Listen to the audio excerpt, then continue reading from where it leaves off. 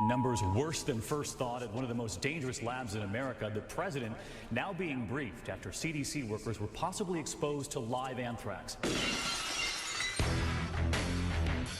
The chance of death is 85%.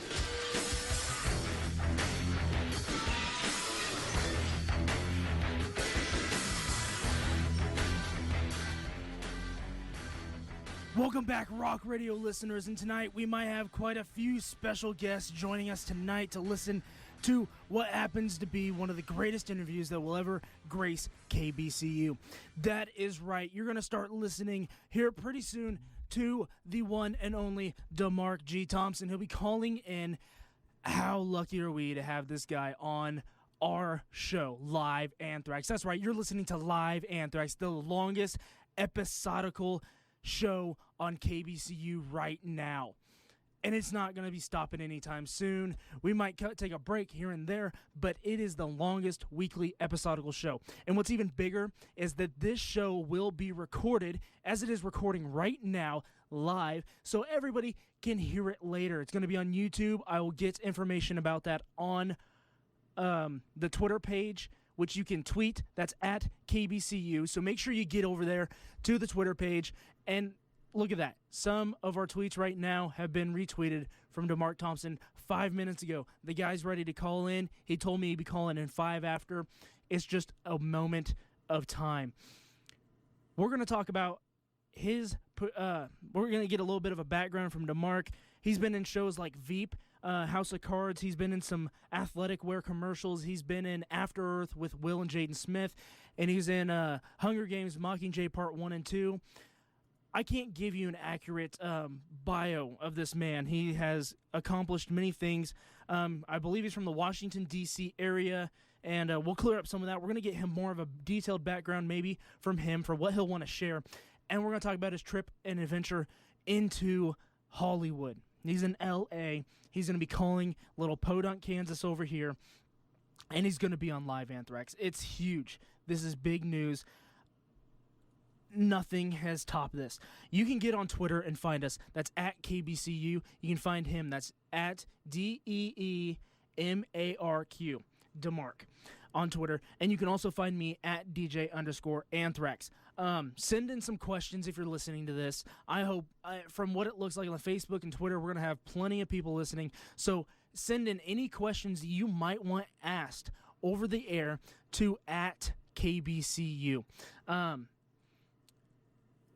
And we're going to see what we can get going with DeMark Thompson once he gets on air. So, especially get over there to Twitter. I'll have my page up, and I'll have the KBCU's page up here. We're going to see everything that's going to be coming in to this show right here. So, I'm super excited. I know everybody else is excited. The student announce email and the faculty email has been livid. I'm getting plenty of people sending congratulations and thank yous and how did you do it. You know, you just got to know some of the right people, and it's happening. So I am more than excited to have DeMark on the show tonight. It's a blessing. This is by far the biggest break I've ever had in radio news, you know. And I can't wait. I mean, I thought it was really cool at first. I was shocked. I've gotten to the point where I'm nervous. Like, I can't stop talking. Obviously, that would be bad if I stopped talking. I'm a radio host. But I've been telling everybody, I've been spreading the word. Jon Stewart's Green Lantern, which DeMark happens to be campaigning for, is in my top 5 favorite superheroes.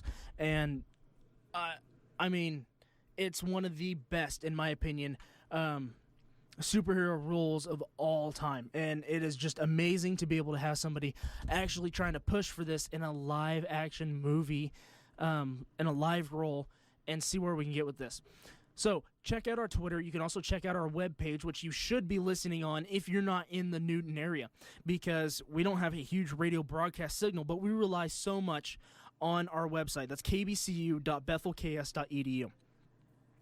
You can see our live tweets right there. The stream goes on, and you can see everything that's everything that KBCU has tweeted, retweeted, right there on the left-hand side of our page. You can see our nice new emblem, our about a year-old emblem, and you can read a little bit of detailed information about that. You can see the schedule right there. It says on air. It says until 8 p.m., but that's a lie, until 10 p.m. So if you want to listen past DeMark's interview, you can keep listening. I have rock news and music, everything that's going to be happening. I think we got a call coming in right now. Hello, this is KBCU. You're talking to DJ Storm Ray. Hey, Storm, it's DeMark. How are you, buddy? Hey, DeMark. It is great to hear your voice and to have you on the air. Yeah, thank you, man. I'm happy to be here. I appreciate you. Only thing I'll ask is if you speak up just a little bit. You're kind of soft there on the mic. Other than that, it is great to have you on LiveAnthrax with DJ Storm Ray here at KBCU FM 88.1. This is by far the biggest interview we've ever had. Oh, wow. Well, I do appreciate you. Thanks so much. This is huge. I mean, I was just I don't know if you were listening in before you called. I was telling the listeners online that we're recording this, so it'll be available later. So we're going to share that with you. I'll have that sent over to you.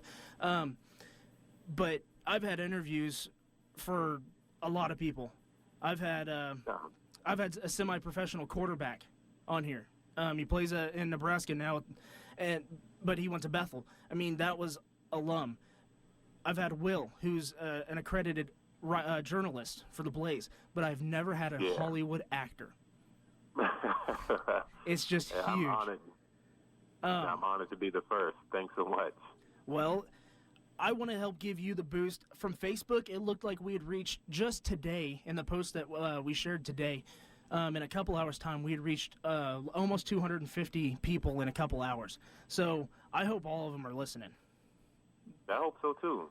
You know, it gives me the opportunity just to talk about my endeavors and my campaign and how I came about the whole idea of going after this role.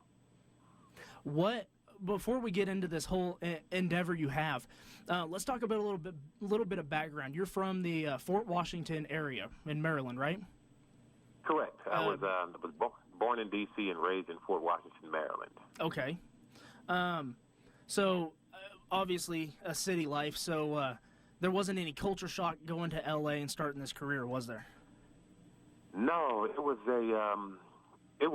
my whole move to L.A. was a promise that I made to my mother. Right before she passed in May of 2013, she saw how excited I was about acting and how much commitment I had put into learning the craft.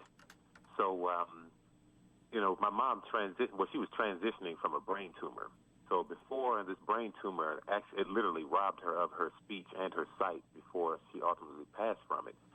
But we had a long talk, and she said, you see that life is short, so you should live your dreams, live your passion. And she said, promise me that you will go and live your passion, live your dreams, and do what you have to do to make this a career for you. And I made that promise to her. So when I moved to Los Angeles in January of 2015, it wasn't really a shock, but I knew I would be alone out here for a good little while. And I knew that I couldn't sit still. I literally had to hit the ground running. Because if you sit still, then you go back to what you were doing before. And what I was doing before was information security. But I hit the ground running, went into an acting school, which I'm still at Margie Hayward Studios in West Hollywood, and just took off from there. Just everything just started moving, and so I started to have ideas and plans, and really starting to promote my name and promote my brand. Just doing what I had to do to, of course, put my face out there in Hollywood. And apparently your face has gotten around, and you have made quite the career yourself. But what made you interested in joining a TV movie career? What made you want to be one of the faces of acting? It was in 2011, early 2011. A friend of mine who was in New York sent a casting call to me, and I was in D.C. at the time working. I checked my email, and she said, hey, these guys are looking for tall, athletic guys to be in this film. in Philly. And by far, let me interrupt you here. I'm looking at your backstage.com, DeMark / DeMark Thompson, a little profile here. You can see some of your workout photos and stuff. You are not a small guy. I mean, it has you listed here 6'2" and 207 pounds. Yeah, and you know, I am actually 6'3", 217, so I need to change that. You've continued to grow and bulk up there. Yeah, just a little. But yeah, 6'3", 217. Okay, so you're not a small guy by any means. No.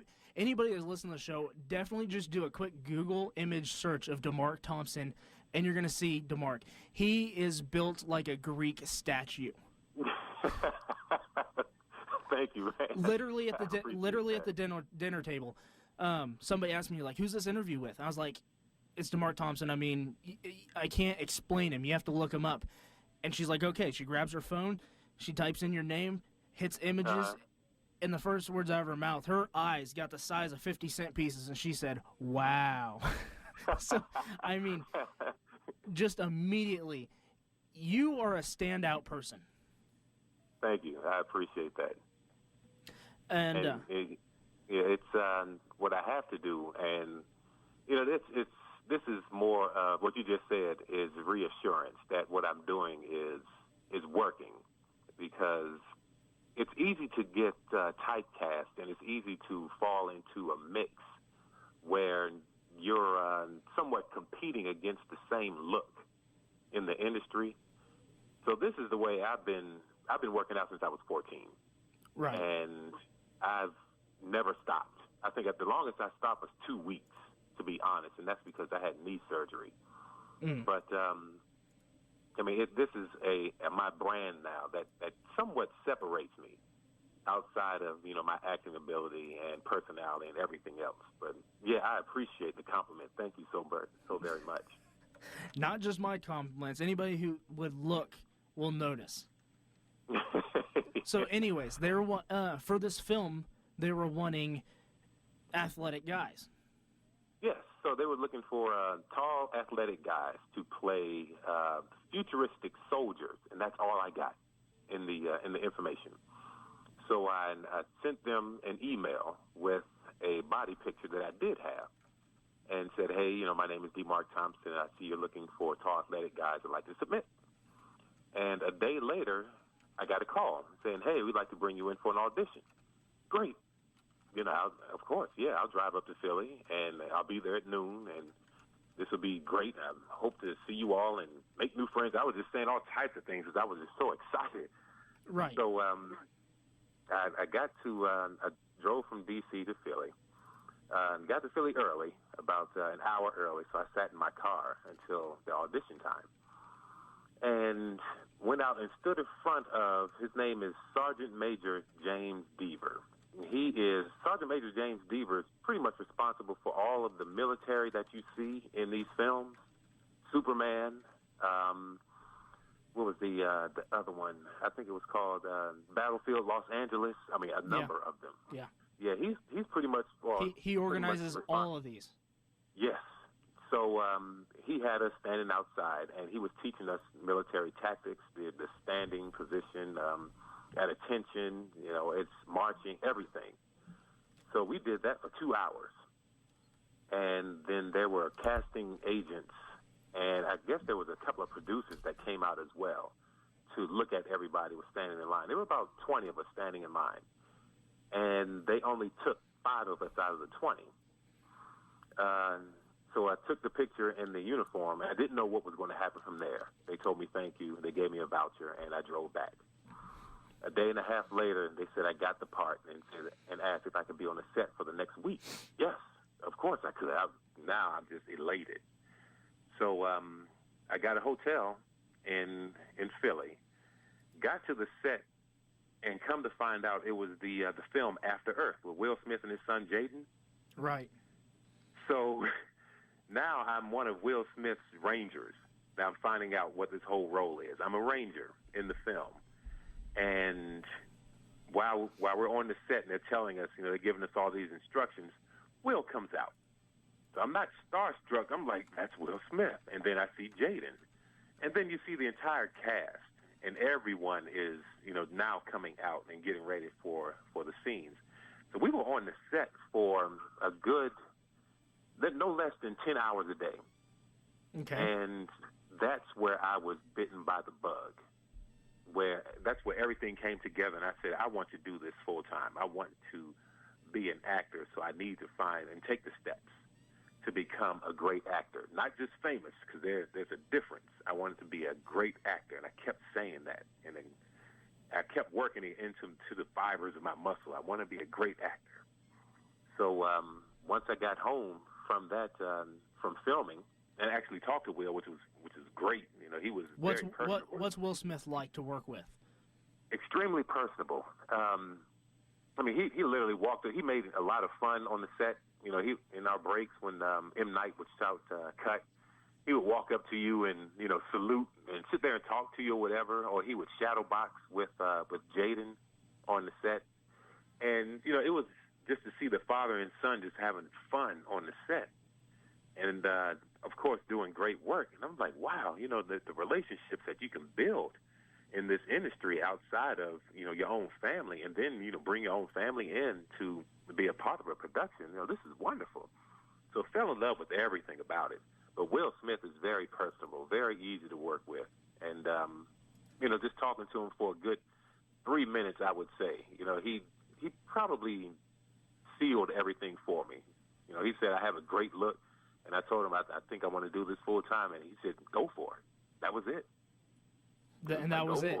Will Smith told you to go for it, and you knew that it was time to go. Yep. I knew that at that point the ball was going to start rolling, and as soon as I got home back to Maryland, the ball did roll. So I tried to find everything I could get involved with in Maryland, D.C., and Virginia, casting agents in Baltimore, in Virginia, in D.C., and the likes. And everything really started to work there. Well, in D.C., you got a Nike commercial as a runner, so your face had to start being plastered everywhere. The Nike commercials, the posters, they're everywhere. You don't go anywhere without seeing Nike. Exactly. And that Nike commercial, we actually filmed that with Hope Solo, the soccer goalie. Yeah. Yeah. So that was Heist Projects did that commercial, and it was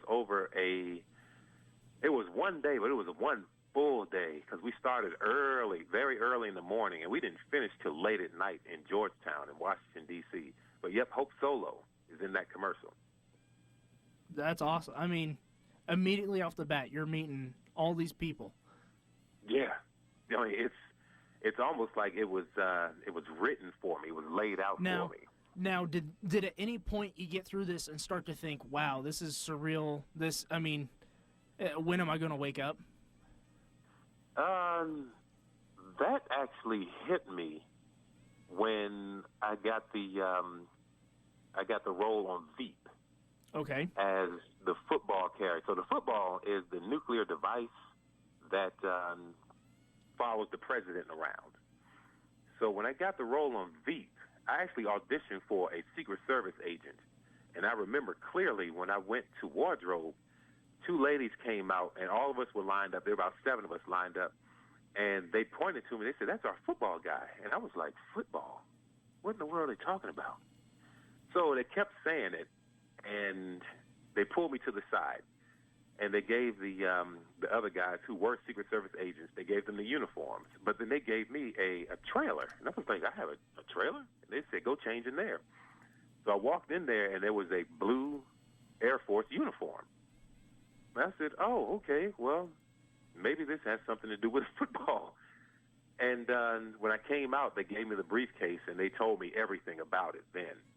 So now I'm on my phone in the waiting area. Now I'm Googling what the football carrier does with the president. And I'm reading up on all the information.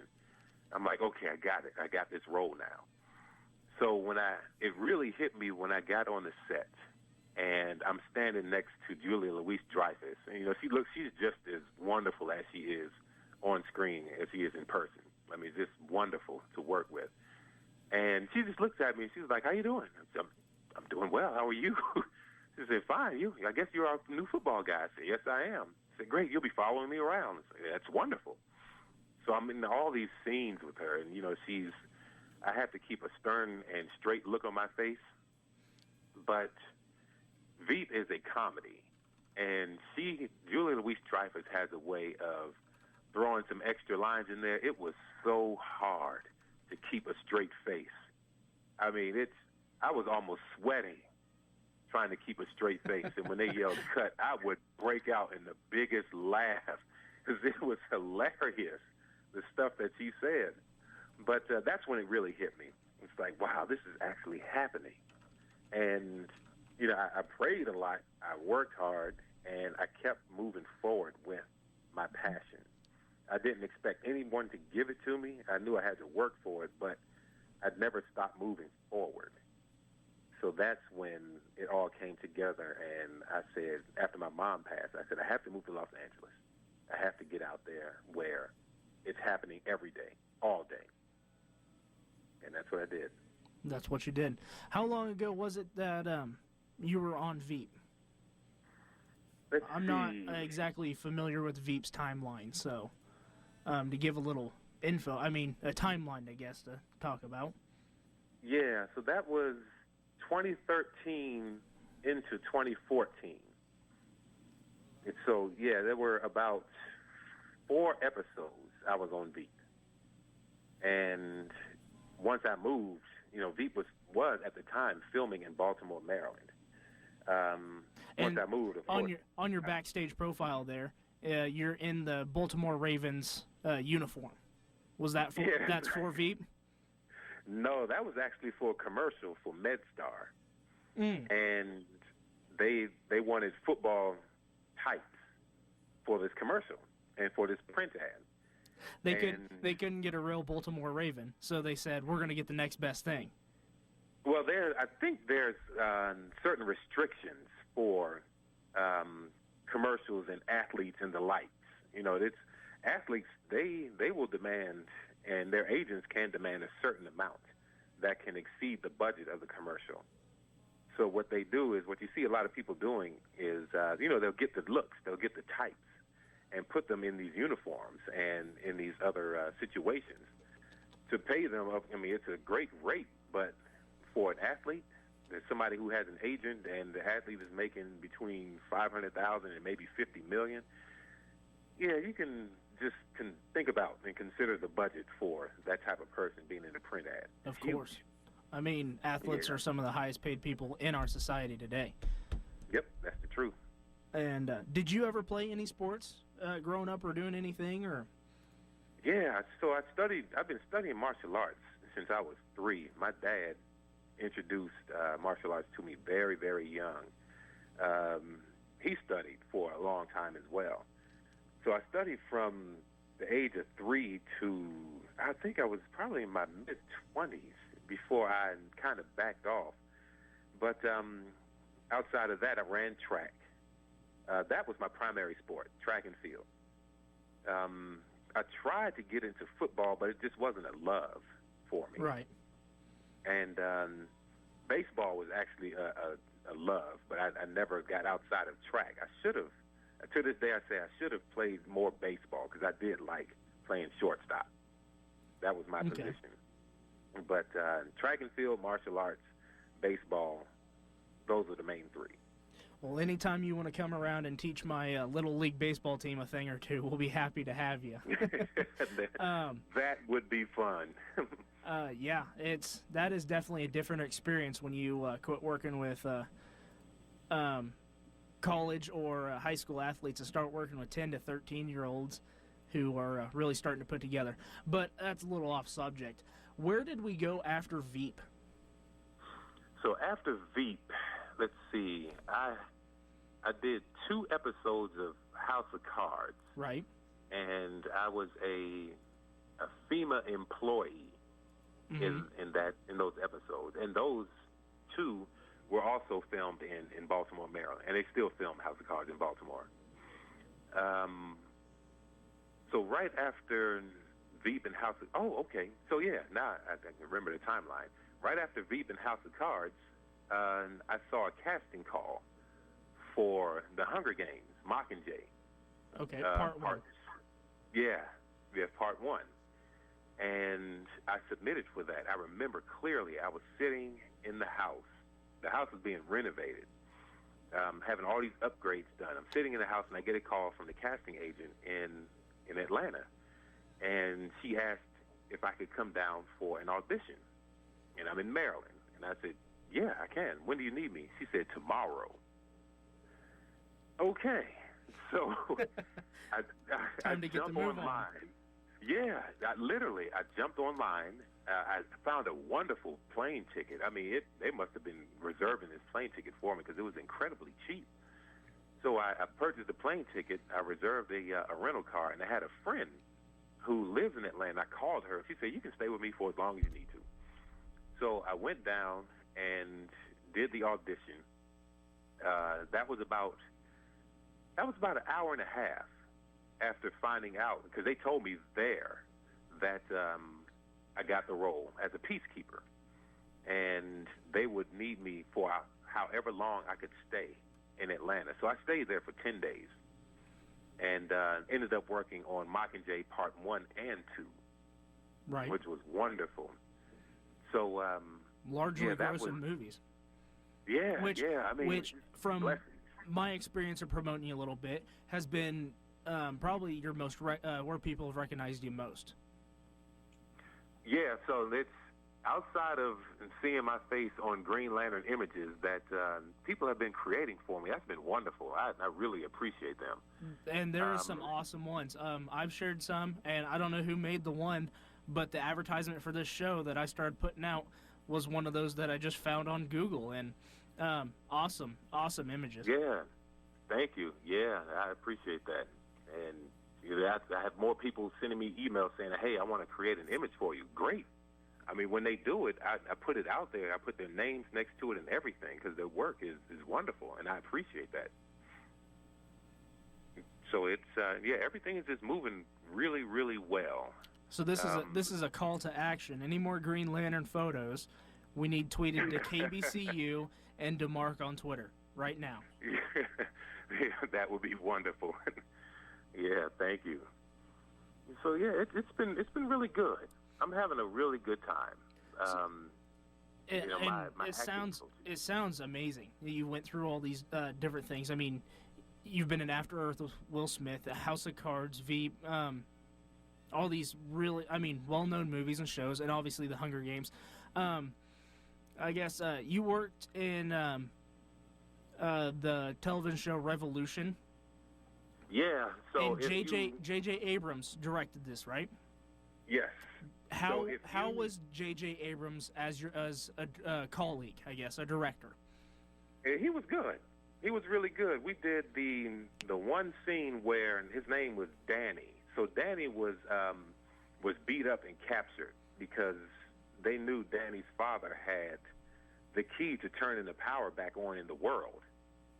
So Danny was beat up, and he was put on a train to where he was going to be brought in front of his mother that he hasn't seen in a while. So, and I believe the episode is called Soul Train. So if you did a Google search of Revolution and you pulled up the episode Soul Train, I think the last 2 minutes you will see, I cannot remember the guy that was with me, but you will see the two of us kind of roughing Danny up and bringing him off the train to meet his mother. So J.J. Abrams was like, I need you all to really, just kind of not escort him off the train, but I need you to rough this guy up, just like he's not like he's getting away, but shake him up a little bit more as you're bringing him off. So we gave it to him. You weren't pulling punches. Oh, no, we weren't holding back crap. When he told us, he was like, all right, guys, you don't have to be easy with me. I say, hey, you're the star of the show, but we want to make sure that you're okay. So, yeah, I'll be fine. Just take it a little easy because you all are big guys. So, yeah, we gave it to him. That's all. Watch the face. Yeah. That is awesome. Thank you. So we're moving through here. You've been through so much, obviously. Yeah.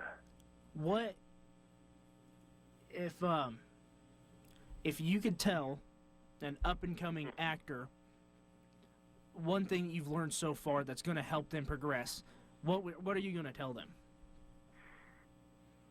Stay committed, and that is key. I mean, I know people. I can tell you 2 people off the top of my head right now who have moved to Los Angeles and weren't committed to making this work, and now they're moving back to wherever they came from, back to the East Coast. But as an actor, you have to commit to a lot of things. Training is one. I mean, you need training for everything. And it's not easy being an actor because you're very vulnerable when you go into some of these roles. You know, when you see actors cry, when you see all these emotions and it looks so real, a lot of it is real because you've created a history to help you with that role. So you're actually living that life. You're not acting. You're actually living that emotion. You're living that vulnerability. But in order to get there, you have to be committed to learning how to get there. And you can't sit back and think that, as one person told me, I have my SAG card. I can get any job I want out there, or they'll be calling me. No, they won't. You have your SAG card, and so does 500,000 other people out here. They have their card too, and there are probably 12,000 people who look just like you. So you have to stay committed, build your own brand, do something that you don't have to go too far with it, but do something that will build your brand and set you apart from everyone. You need to stand out. Yeah, even if you have to create your own web series, your own promotional video for a superhero movie. Yeah, exactly. Yeah, I mean, something that's going to catch somebody's eye and have them say, well, who is this person? You know, who is that guy? Or who is that lady?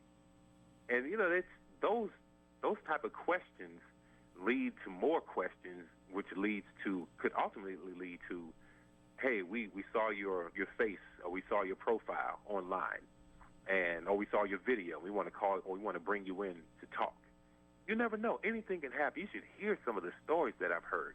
Anything could happen out here. It is so amazing to listen to somebody who has, I mean, honestly, I listened to a story of someone who had 0 acting experience, but she landed a lead role in the show Empire.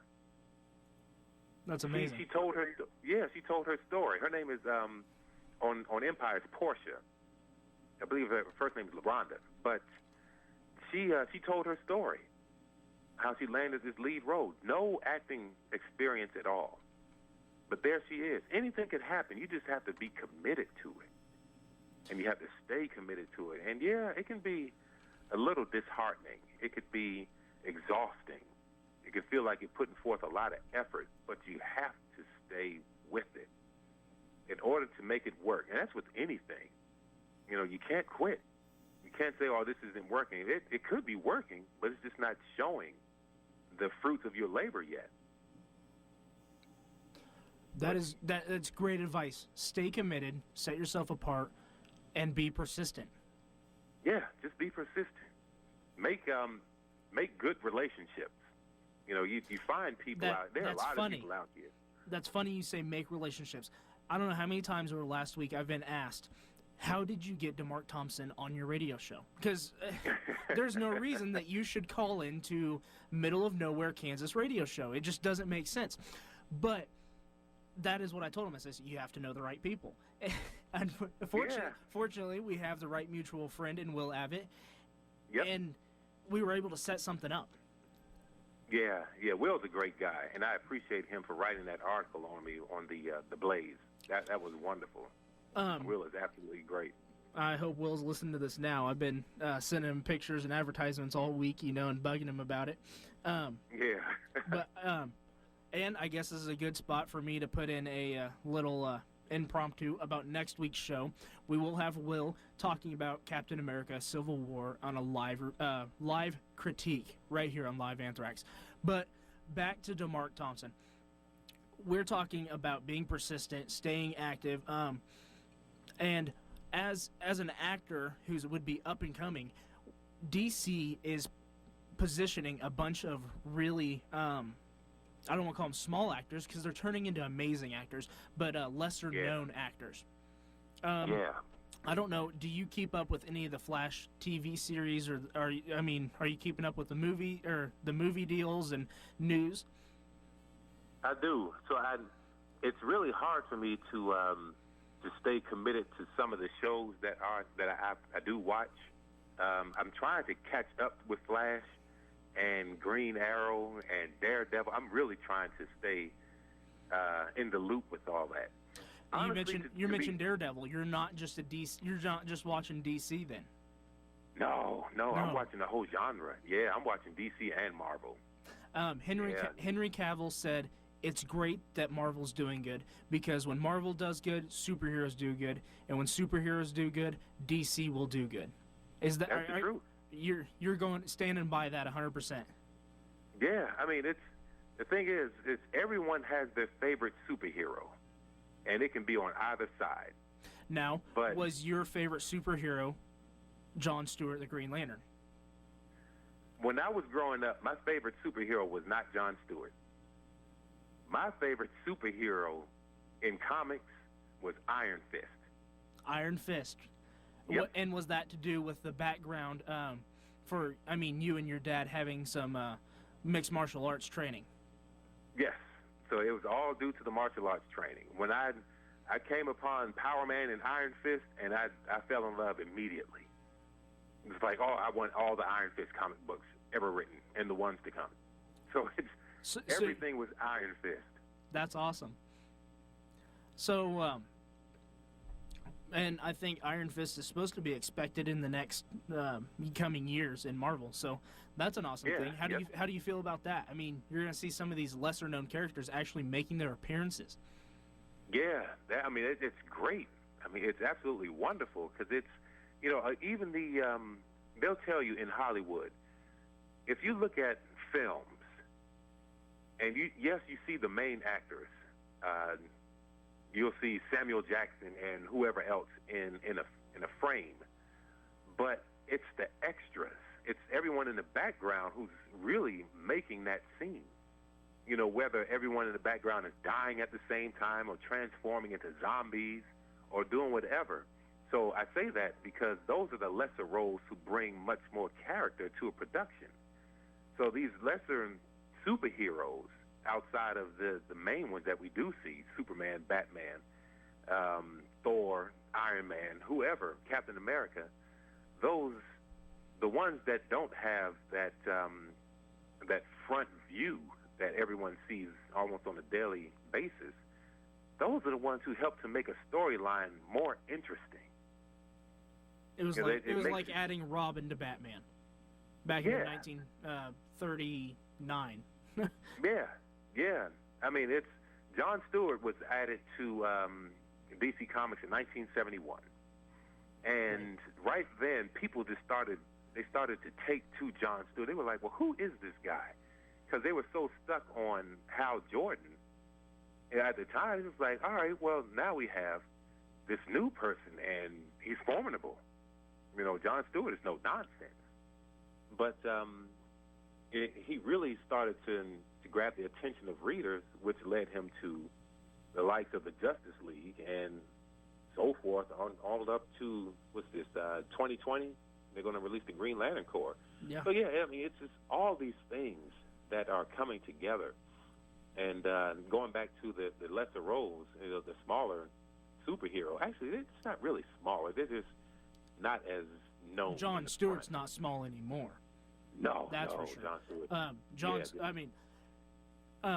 Before we had even ever come in any sort of contact talking about stuff, I was one of the few numbers that had liked your post or something, on Facebook or shared, that you probably seen there in the evenings when you check Facebook. But I'd seen this. I had no idea who you were. Besides, I mean, some appearances I've seen you in, and I see that you're campaigning for this Jon Stewart role, and it just blows my mind because I grew up watching the animated Justice League. I grew up when Jon Stewart was, I mean, he'd been thrown into the mix and was really getting popular. Yeah. And I see this, and Jon Stewart is, like you said, that no-nonsense. He's the envisionment of willpower and getting it done. He is a superhero without the ring. Oh, absolutely. And, I mean, he's in my top 5 by far. I mean, you could argue top 3.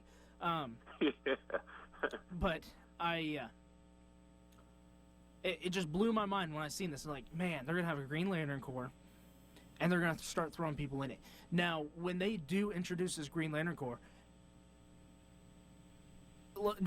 I'm just going to assume you're going to have the role because I'm pulling for you. So, thank you. you know, I don't want to jump the gun too early, you know, but it's a real possibility. Yeah, I mean, anything's possible. Are you wanting to see the rest of DC filled with these lesser-known characters? I mean, you're going to be standing next to guys like Ben Affleck and Henry Cavill who have planted their name in this, you know. I mean, well, I don't think Henry Cavill will ever be seen as anything besides Superman. Now, and I think it's the same. Grant Gustin is not going to be able to go anywhere without people saying, hey, he was the Flash. Yeah, And Stephen Amell, I mean, he's in TMNT, but he's the Arrow to people. Mm-hmm. Exactly. If you get this role as Jon Stewart in Green Lantern, do you want that to be, I mean, how do you feel about that possibly being a career-defining moment? I mean, for the rest of time, people could say, DeMark Thompson, that's Jon Stewart, that's the Green Arrow. Exactly. So, and I'll answer it this way. Coming into campaigning for this role, it's easier for people to look at this or to look at me and say, who is this guy, and do a Google search and not identify me with anything. So they can't say, oh, that's the guy from that film, or that's the guy from that TV series. And because when you do that, you start to think about their role in that film or television series, and you bring that into the character. So with me being a new face, I would say, to Hollywood, they can't identify me with anything. So if I got that role, yeah, they would identify me as Jon Stewart. And afterwards, yeah, it would be a career-defining role. I'm pretty sure that, I would walk out, if I got the role and everything went really, really well, and folks would say, hey, that's Jon Stewart. Yeah, I wouldn't mind that. I mean, that happened to Christopher Reeve as Superman. Oh yeah. Nobody knows. Most people can't tell you what Christopher Reeves was in besides Superman now. Exactly. Exactly. And I'm a victim of this because they casted Ben Affleck as Batman, and Batman is by far my all-time favorite. My daughters have everything Batman. I've been collecting the Hot Wheels sets for them lately. My daughter has a case just full of Batman cars, and it's ridiculous. I mean, Batman is everything. My oldest is 2 years old, and she associates Batman with Dad, and it makes me feel great. But then they end up casting Ben Affleck as Batman, and I groaned for a year. And I was like, oh man, that's Daredevil, that he was in this. And I wasn't a fan of Ben Affleck really before Batman vs. Superman, and I came out of that movie astonished because I love Frank Miller's comics. And but when you are already cast as this, let's say in the future, let's see, Green Lantern comes out in 2020, in 2025, is it still going to be an advantage that you got placed as Jon Stewart when later people are like, well, he played Jon Stewart, will he fit this role? Absolutely. And I say that for a number of reasons. There's not a whole lot of diversity in the comic films right now. You do have... That's another thing I want to touch on. Yeah, so you do have the sidekicks. You have Rhodey, sidekick to Iron Man. Yep. You have Falcon, sidekick to Captain America. Captain America, yep. So, I mean, are they technically heroes? Maybe. But Jon Stewart is a hero. He stands alone. He doesn't have a sidekick. So that's the advantage of this role, I would say. And want to talk on that diversity aspect. Mm-hmm. There is not a lot of African-American comic book characters in mainstream. No, I mean, you have Black Panther and obviously Jon Stewart. Yeah. You got Black Adam as a villain. Storm from the X-Men. And, I mean, my mind's drawn blank right now. Yeah, so you had a few of the roles that were they wrote in a few comics roles that were African American. Like they had at one point they had a black Superboy, an African American Superboy. 53, 52. Yeah, somewhere around there. Somewhere around there. He's an African American Superman, a black Superman.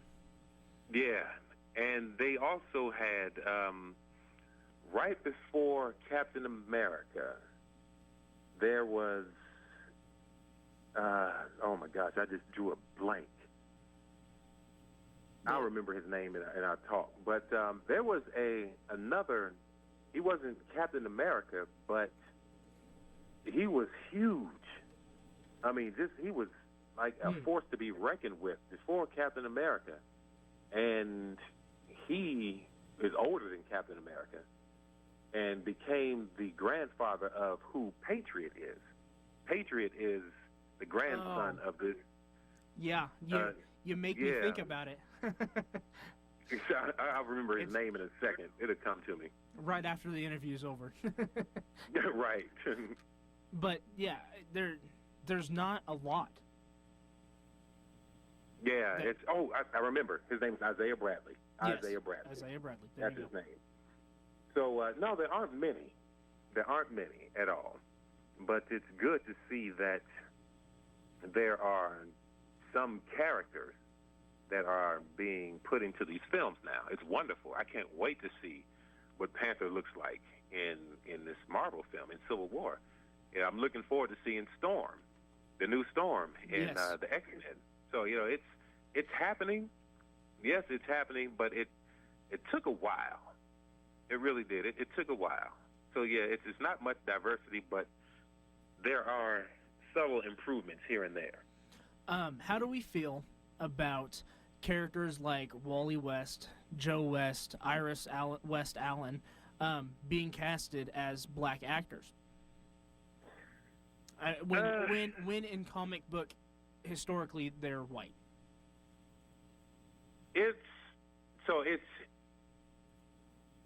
To me, it's almost, I don't really know how to word that. I mean, is it a kind of a split decision?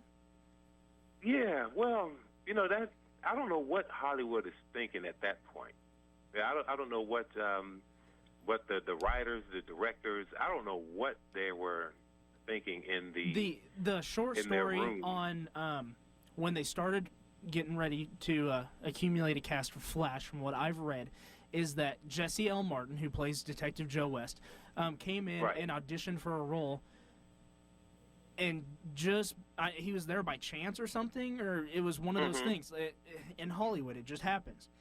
He was there for whatever reason, and he did some sort of audition, and maybe he did he might have done Joe West. I can't remember what actor he auditioned for originally off the top of my head. And the producer and the directors and everybody said that we can't cast somebody else because Jesse Martin did it in front of us. Yeah. He stuck the role. And that probably changed their mind. Yeah. Is that what it's going to take, or is this I don't know if it's an institutional kind of thing where where people start to fear of changing these comics or not? Is it a rational thing to start changing, or is it rational to want to keep more how it should be, or how it, or not should be, but how it was in the comics? That it can go both ways. Die-hard comic fanatics want it the way it is in the comics. People, when they watch film and television, they want to be entertained. Mm-hmm. So when it comes to casting, they're going to cast whoever the best fit for the role is. If a role calls for, if it specifically calls for a Caucasian, African American, or Asian, they're going to cast for those roles. But if it's left open and someone comes in and nails it, to say that they might have wanted someone who was African American, but a Hispanic comes in and nails the role, they're going to give that role to that person who nails it, unless it's just a strict thing where they just can't bring anyone outside of what they've put out there, what they're casting for. I mean, you have talent out there in all ethnicities who are extremely good. I can tell you for a fact, because I'm in acting class with a number of them. My acting studio is so diverse, but some of the talent in there is incredible. Right. The talent comes from all over the board. It does. It really does. Just as my example of Jesse Martin as Detective Joe West. The talent was there, and they couldn't deny it. Yeah. Now, and you can't.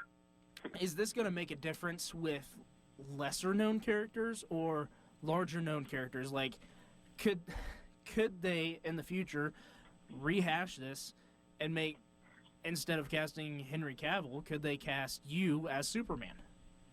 I mean, anything could happen these days. I mean, we're already seeing the transition from character to character. Anything can happen. If a director or a writer or whoever, a producer is in that room, and they collectively say, hey, we want to go in this direction, they will go. And they will reach out to someone who they believe can fit that role and bring them in for an audition. They will do it. I mean, right now, it's all about creativity and doing things a little different. Right. So, yeah, you could see that. It would be interesting to see where this ends up where it progresses towards. Yeah. How did we get, since we're on the path of just talking superheroes, how did you get this spark of interest into going towards the campaign of Green Lantern, John Stewart? Obviously, the reason we have you here, so we have to talk about it. Yeah. So that interest came to me. I remember I was just leaving my acting class. I was just leaving the studio. I was coming home. It was late. It was almost midnight. I do remember. And I was sitting in the house. I didn't want to eat heavy. I wanted something light before I went to sleep. And I ate a bowl of cereal. And I'm flipping through channels. And I came upon the Cartoon Network. I think it was the Cartoon Network. They were showing the Justice League. Okay. And I watched it, and while watching it, I'm listening to the voice to see if I can identify the voiceover actor. And John Stewart pops up on the screen. And I just sat there and I stared at it, and I was like, you know what, all these DC comic films, at some point, they're going to have to introduce John Stewart in one of these films. So I wrote a note down and said, just Google John Stewart in the morning. So wrote a note, went to sleep, woke up the next morning, did my daily routine of going to the gym. I had 2 auditions that day.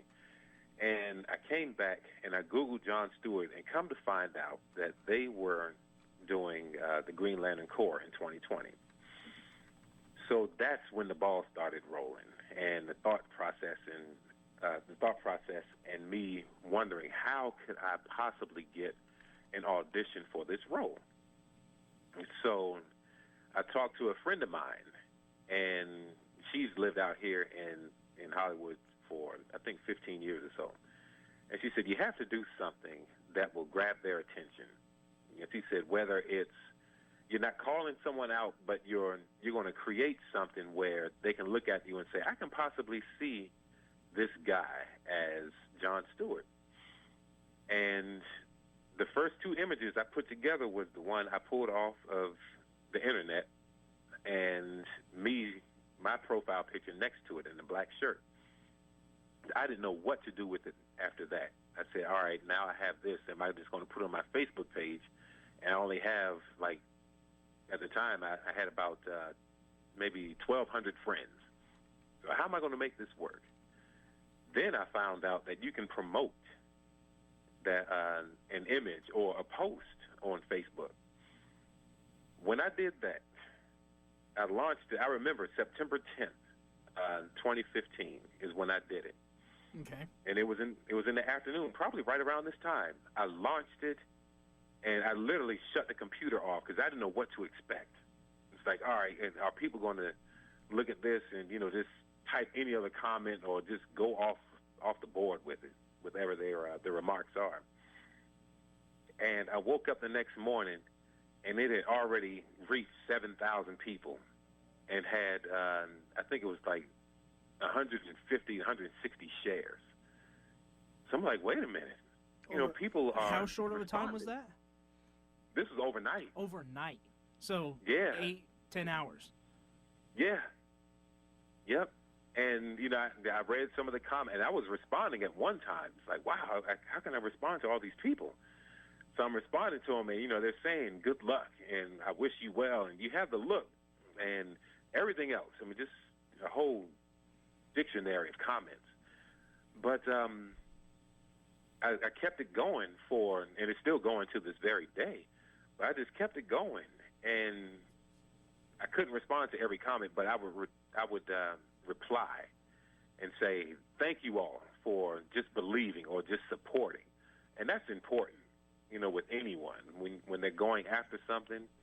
And let me just do a little sidebar. When someone is going after something that they're trying to pursue, and they come to you in confidence, or they just happen to come up to you and say, hey, you know, I think I want to be a chef. Your response should be, go for it. You know, just reinforce what their drive, what their dream, what their passion is. Not, oh, hey, I want to be a chef, and it's like, wow, we have Wolfgang Puck. You don't want to do that. You know, that's not reinforcing. Even if you don't know the person, just not push them away, but push them along with a great compliment saying, you know, you can do it. I have your back. That stay committed drive is much more than just acting. Oh, yeah, absolutely. Yeah, you know, just give them that extra push to tell them that they can do it. You can do it. I want to be a radio host. You can do it. That's all they need. That's all a person needs. But it's unfortunate to see that some folks... I got to Bethel College, and I said, well, we have a rodeo program. Do you want to fill time with that? And I says, that's awesome. My dad DJs. He's DJed throughout high school. I've watched him do this stuff, you know. And my dad doesn't radio DJ. He was afraid of reading on air, that he wouldn't be able to keep up, or, you know, or read timely. And I don't even do that sometimes, you know. I stumble over myself when I'm trying to read something sometimes. But I loved how Dad was able to play music and do stuff, you know, and do. I was like, why not try it too? They offered it to me here, and, you know, almost 2 or 4 semesters later, I have DeMark Thompson on my radio show. So I mean, if you tell somebody they can do something, they're going to be better off doing it. Yep, exactly. And I remember, what was the film I was watching? I think it was, what was it called? Kingdom Come, or one of those. It's something Kingdom in it. But I remember they were short nights to fight Saladin. And what he did, I think Orlando Bloom, it was his character. He asked all the men, and they were young men in there. I think they were around 16 years old. He asked them to go down on one knee, and he knighted them. And they stood up. And the one guy said, does making a man a knight make him a better fighter? And Orlando Bloom turned around and said, yes. And it actually did, because it gave them that extra push, like, I can do this. I'm brave enough to step out. It was all in the confidence. Oh, yeah, absolutely. So, it just reinforces that when you tell people that when someone has a goal or a dream that they want to reach, just support them. It reinforces that. And, they go on to train to be better in whatever it is. So, that was my sidebar off of how I got the campaign rolling. So it's been rolling on Facebook. That is completely, and it has been rolling on Facebook. To give a little interruption here, the federal government requires, all these good rules. You've been listening to KBCU FM 88.1 right here at North Newton, in North Newton at Bethel College. And you've been listening to LiveAnthrax, the longest weekly episodical show at KBCU right now, and this is DJ Storm Ray. I am absolutely blessed to have DeMark Thompson on air right now, and we have talked about kind of a background. We've talked about, obviously, the love for superheroes, the change in the landscape of how entertainment and TV and movies are changing this, and now we're talking about how we got into this campaign for Green Lantern. And it just picked up on Facebook. Yes, nice. Yeah, so it's rolling really well on Facebook, and I think it's been shared about on Facebook. It's been shared about 15 to 16,000 times, and it's literally worldwide. I've Googled myself just to see, and I've seen the image with some language from different countries, in China, in Morocco, in the UK. It's everywhere. So it's a campaign that's actually working, and a lot of people believe in me, and that's all I ask. And it's like, if I didn't believe that I would bring justice to this character, if I didn't believe I could portray this character, and I had the best coaches who could bring the best out of me to be John Stewart, I wouldn't go after the role. I'm not doing this to be famous. I'm doing this because I believe I can be John Stewart. So the campaign was started rolling on Facebook September 10th, and I took it to Instagram shortly after that. So it's really taken off seriously on Instagram as well, and I'm doing it as well on Twitter, not as much as I should, but it's on Twitter as well. It's everywhere. I'm just trying to get their attention to let them know that I'm here. And on Twitter is where we first connected. You can find DeMark on Twitter at DEEMARQ. Simple little, find there on Twitter. His Facebook, that's facebook.com/official DeMark Thompson. And I've shared it on KBCU's page. I've shared it on KBCU's Facebook. So if you're following KBCU